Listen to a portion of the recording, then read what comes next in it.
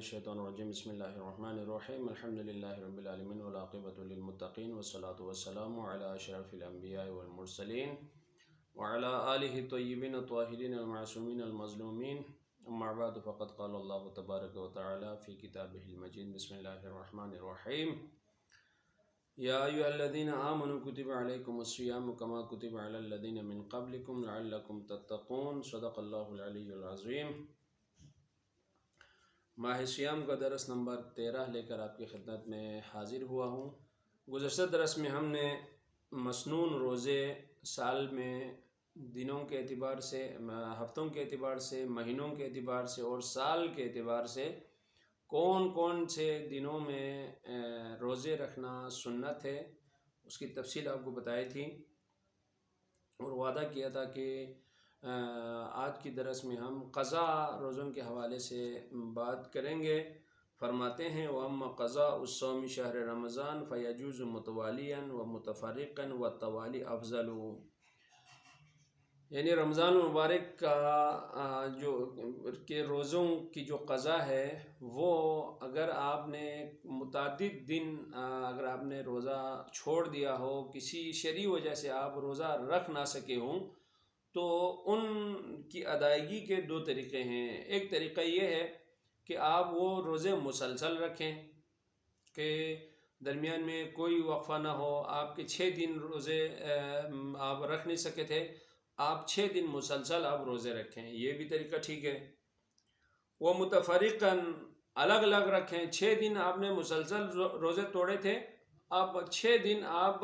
روزے رکھیں لیکن درمیان میں وقفہ کر لیں۔ ایک دن آپ نے روزہ رکھا، پھر ایک دن آپ نے کھا لیا، پھر دوسرے دن تیسرے دن روزہ رکھا، پھر کھا لیا، اس طرح باری باری آپ رکھ لیں۔ دونوں طریقے ٹھیک ہیں، لیکن والتوالی افضل، لیکن مسلسل روزے رکھنا یہ زیادہ بہتر ہے۔ ان لم یکن مضعفا، اگر وہ روزہ رکھنا اس روزہ دار کے لیے زیادہ کمزوری کا باعث نہ بنتا ہو، مسلسل روزے رکھنا اس کے لیے یعنی جسمانی صحت کے اعتبار سے اس کے لیے نقصان دہ نہ ہو۔ وَمَعَ الظُّعْفِ التَّفَرُّقُ أَوْلَىٰ، لیکن اگر کہیں پہ ایسا خدشہ موجود ہو کہ اگر مسلسل بندہ روزہ رکھے تو اس کے لیے کمزور ہونے کا، جسمانی صحت بگڑنے کا زیادہ خدشہ ہو، تو ایسی صورت میں الگ الگ باری باری سے درمیان میں وقفہ کر کے روزہ رکھنا یہ زیادہ بہتر ہے۔ وَكُلُّ مَا فَاتَ مِنَ الصَّوْمِ إِنْ كَانَ وَاجِبًا كَانَ قَضَاؤُهُ وَاجِبًا وَإِنْ كَانَ تَطَوُّعًا كَانَ قَضَاؤُهُ تَطَوُّعًا وَإِنْ لَمْ يَتَطَوَّعْ لَا بَأْسَ بِهِ۔ اب جو قضاؤں کی دو صورتیں ہیں، ایک آپ نے واجب روزہ آپ نے توڑ رکھا ہے، اس کی قضا تو واجب ہے ہی، رمضان کا روزہ آپ نے توڑا، یا اور کوئی واجب روزہ آپ نے توڑ دیا ہو تو اس واجب روزے کی قضا بجا لانا تو واجب ہے۔ لیکن اگر کوئی سنت روزہ آپ نے توڑ کے کھایا ہو، اس کی بھی اگر آپ چاہیں تو قضا رکھ سکتے ہیں، لیکن اس کی قضا بجا لانا واجب نہیں ہے، سنت ہے۔ آپ قضا رکھیں گے تو آپ کو ثواب ملے گا، اگر آپ قضا سنت روزے کی قضا نہیں رکھتے تو آپ کے اوپر کوئی گناہ نہیں ہے، البتہ یہ کہ آپ کو ثواب بھی سے بھی آپ محروم رہیں گے۔ اما المعفوات، معفو چیزیں، روزے کے دوران معفو چیزیں، یعنی روزے کے دوران یہ کام اگر آپ بجا لاتے ہیں تو آپ کو یہ چیز معاف ہے، یعنی آپ کو اس کے اوپر کوئی مواخذہ نہیں ہوگا۔ فَمِنْهَا وُصُولُ مَاءٍ إِلَى جَوْفِهِ فِي الْمَزْمَزَةِ وَالِاسْتِنْشَاقِ، وضو کرتے وقت منہ میں پانی ڈالتے ہوئے یا ناک میں پانی ڈالتے ہوئے اپنے اختیار کے بغیر، وَهُوَ غَيْرُ مُبَالِغٍ وَلَمْ يَقْدِرْ عَلَى رَجْعِهِ، نہ آپ اس میں مبالغ آرائی سے کام لے رہے تھے، ایسے اچانک آپ نے منہ میں پانی ڈالا تھا وضو کرنے کے لیے، وہ آپ کے اختیار کے بغیر وہ پیٹ میں چلا گیا، چونکہ آپ کا اختیار نہیں تھا، نہ آپ اس میں مبالغ آرائی کر رہے تھے، اس وجہ سے یہ چیز معاف ہے۔ وَمِنْهَا مَا بَقِيَ مِنَ الطَّعَامِ بَيْنَ الْأَسْنَانِ يَبْتَلِعُ مَعَ الرِّيقِ وَهُوَ زَاهِلٌ عَنْهَا وَلَمْ يَقْدِرْ عَلَى مَنْعِهِ، دوسرا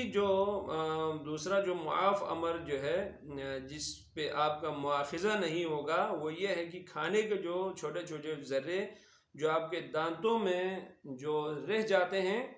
اور لعاب کے ساتھ آپ کے پیٹ میں وہ ذرے چلے جاتے ہیں، اسے نہیں ٹوٹتا۔ وہ ظاہل عنان ہو، وہ اس چیز سے غفلت میں پڑا رہے، اس کو پتہ ہی نہ چلے، ولم یقدر علی منعہ، نہ اس کو پتہ چلنے پر وہ اپنے حلق سے پیٹ تک پہنچنے سے پہلے اس کو واپس لانے کی اس کے اندر کوئی قدرت ہو، دونوں صورتوں میں معاف ہے۔ وَمِنْهَا أَن يُدْخِلَ عَدُوٌّ أَوْ ذُو شَوْكَةٍ بِالْعُنْفِ طَعَامًا فِي فِيهِ فَيَدْخُلَ فِي جَوْفِهِ وَهُوَ مُكْرَهٌ، کوئی دشمن کا سامنا ہوا یا کسی طاقتور بندے نے زبردستی اس کے منہ میں کوئی کھانا ڈال دیا، کھانا نگلنے پہ مجبور کر دیا، تو اسی صورت میں وہ مکرہ، جبکہ وہ مجبور شخص ہو، وہ خود دل سے چاہتا نہ ہو کہ وہ روزہ توڑ دیں، کوئی اور بندہ اس کے اوپر زبردستی کرتا ہے، چاہے وہ اس کو دشمن ہو، چاہے وہ اس کو طاقتور شخص ہو، کیونکہ وہ مجبور ہے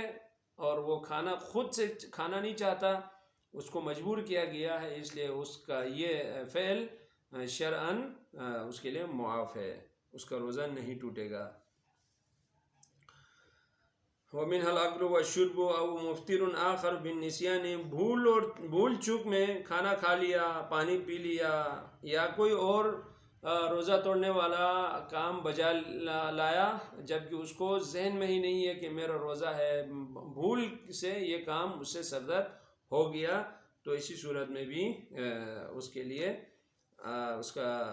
یہ امر جو ہے، یہ فعل اس کے لیے معاف ہے، اس کے روزے کی صحت کے اوپر کوئی اثر نہیں پڑے گا۔ باقی جو امور ہے وہ کل انشاءاللہ تعالیٰ آپ کے گوش گزار کریں گے۔ کل ہم نے رمضان المبارک کی 12ویں تاریخ کی دعا اور اس کا ثواب آپ کے گوش گزار کیا تھا۔ 13ویں رمضان کی دعا اور اس کا ثواب، اگر کوئی رمضان کی 13ویں تاریخ کو روزہ رکھ کر اس دعا کو پڑھتا ہے تو اللہ تعالیٰ اس شخص کو زمین پر موجود پتھروں اور ڈھیلوں کے برابر نیکیاں عطا فرماتا ہے۔ دعا یہ ہے، اعوذ باللہ من الشیطان الرجیم، بسم اللہ الرحمن الرحیم، اللہم طہرنی فیہ من الدنس والاقذار وصبرنی فیہ علی کائنات الاقدار ووفقنی فیہ للتقوی وصحبت الابرار بقوتک یا قوت المساکین برحمتک یا ارحم الراحمین، اللہم صلی علی محمد وآل محمد۔ پروردگار عالم، اس ماہ مبارک میں مجھے میل اور ناپاکیوں سے پاک کر دے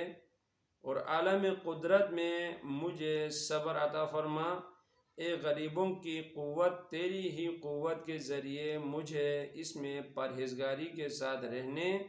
اور نیک لوگوں کی صحبت میں رہنے کی توفیق عطا فرما۔ اے سب سے زیادہ رحم والے، تیری رحمت کا واسطہ، آمین یا رب العالمین برحمتک یا ارحم الراحمین، اللہم صلی علی محمد وآل محمد۔